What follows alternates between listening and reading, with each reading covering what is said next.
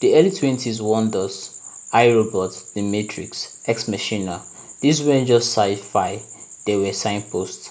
We watched them wide-eyed, not with fear but with fascination.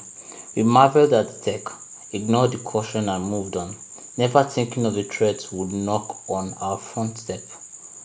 Now we are here, a world where decisions once made by humans are now outsourced to algorithms, where a few lines of code can replace an entire team, where creativity is measured in training data and progress, meaning cutting as many jobs as possible. They said AI would help us make our jobs easier, automate the boring stuff. What we didn't say was it might also replace us. Duolingo just made that real. The application that once relied on humans to teach people and humans to teach humans now relies on AI to do everything faster and cheaper. The translator let's go. The community angry. The question now isn't just what happened to Duolingo, is this the beginning of the end of Duolingo itself? Duolingo wasn't always like this. It started as one of tech's most lovable underdogs. Launched in 2011 by Luis von Ahn, a computer scientist from Guatemala, and co-founder Severin Hacker, Duolingo was built on a radical mission to make education, especially language learning, accessible to everyone from everywhere, for free. The idea wasn't just ambitious, it was personal. Van Arn, having witnessed the barrier faced by unprivileged communities, wanted to create a tool that democratized learning, and it worked. With its bright color, playful sound effects, and odd intense awe, Duolingo turned studying into something like playing a game. It leaned into gamification, streaks, XPs, leaderboards, and mixed in spaced repetition, quirky voiceover, and voice fun animations to keep us engaged, to keep users engaged. It didn't give you a real teacher, but it gave you a system that felt alive, motivating, nudging, and guilt-tripping you into showing up. Learning Spanish or French wasn't just a goal, it was part of your daily routine. A social flex, a dopamine hit.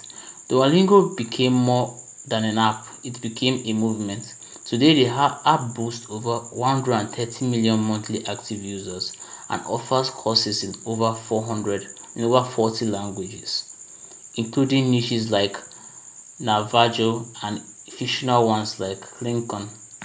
And it had a reputation for being one of the most human brands on the internet. But that is changing. It didn't happen overnight, but over time, something felt off. The jokes weren't landing.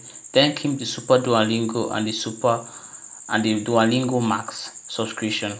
The all wasn't funny anymore, just like unsettling. The app updates, more aggressive, more ads, and more pressure. Then came the moment no one could unsee. In February 2025, Duolingo launched a marketing campaign, finishing finish your lesson or Duo dies. At first, people laughed like always until Duo actually died. Not in a meme, not in a skit, just dead. Gone from the app, no fanfare, no wink, no punchline. It felt off, like the soul had been stripped from the joke. Even when they brought Duo back, something didn't feel right. Killing your beloved most mascot as a stunt, really? In hindsight, the moment should have told us everything because the decision wasn't human anymore. The AI takeover. Late April, Duolingo announced it's going AI first. No full-time employee were let go, they said, but they laid off contract translators. Real people, real job, replaced by generative AI. Suddenly, the courses once took years to clarify or carefully design were being auto-generated in days. The charm was gone, the tone was robotic, and the users felt it. Christina Byrne, a computer scientist, summed up the vibe with a now viral comment. Time to throw away my 1,600 day streak. One user posted, I love this app for over 10 years. Watch the quality drop. forum removed, errors never fixed. Now you want to replace everything human about this experience. On the LinkedIn, on Reddit, on X, people weren't just mad about the layoff, they were grieving the soul of Duolingo. Long-time users flooded social media with screenshots of 1,000 days and over days streak ended, cancel subscription, angry comments. One user wrote, "Tomorrow was my renewal date. Thanks for posting this on time. Cancelled." People weren't just mad, they were heartbroken because Duolingo didn't just update its text, it replaced its humanity with automation. Perfect technology for real people, or rather, imperfect technology for real people. And for what? Efficiency, fee speed, a few saved dollars. It was disrespectful, a betrayal dressed in innovation. In late May 2025, without warning, Duolingo wiped its Instagram and TikTok accounts.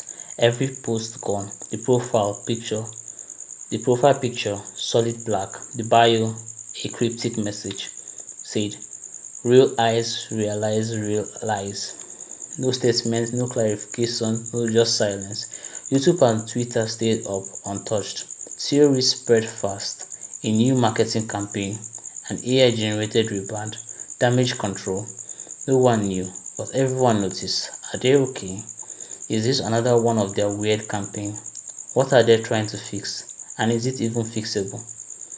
Because somewhere along the way, Duolingo stopped feeling like Duolingo, and even the beloved owl couldn't bring that feeling back. The internet isn't just upset emotionally, it's reacting financially too.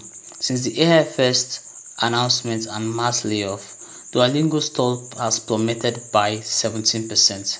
Investors are nervous, users are leaving, and the reputation that took over a decade to build is cracking in real time. Ironically, Duolingo made this move to scale, to grow faster, automate more, and boost profits. But so far, the opposite is happening. Growth is stalling, trust is crumbling. Tech CEOs have been dropping hints for years. Mark Zuckerberg said AI will one day replace software engineers. OpenAI's tools are rapidly being integrated into everything from marketing to consumer service and customer service. Companies across Silicon Valley are quietly testing what jobs can be replaced and how much money they can save doing it. But Duolingo might just be canary in the coal mine. They are the first big, friendly consumer-facing company to go all in on replacing humans with AI, and users are pushing back hard. Because here's the truth, yes, AI can create content, yes, it can mimic patterns, automate lesson and generate a billion flashcards in seconds. But can it care? Can it understand cultural nuance, emotional connection, or the warmth of human-designed learning experience? Duolingo built its empire on human warmth, and that's the thing AI can't fix. So what's now? The company is tight-lipped. Official statements promise quality assurance and rigorous standards. They said no full-name employee were laid off, just contractors. But the users aren't buying it. The community is shrinking, the brand is losing its magic, and the future, well, completely uncertain. Will AI save Duolingo, or will that be the reason for its collapse?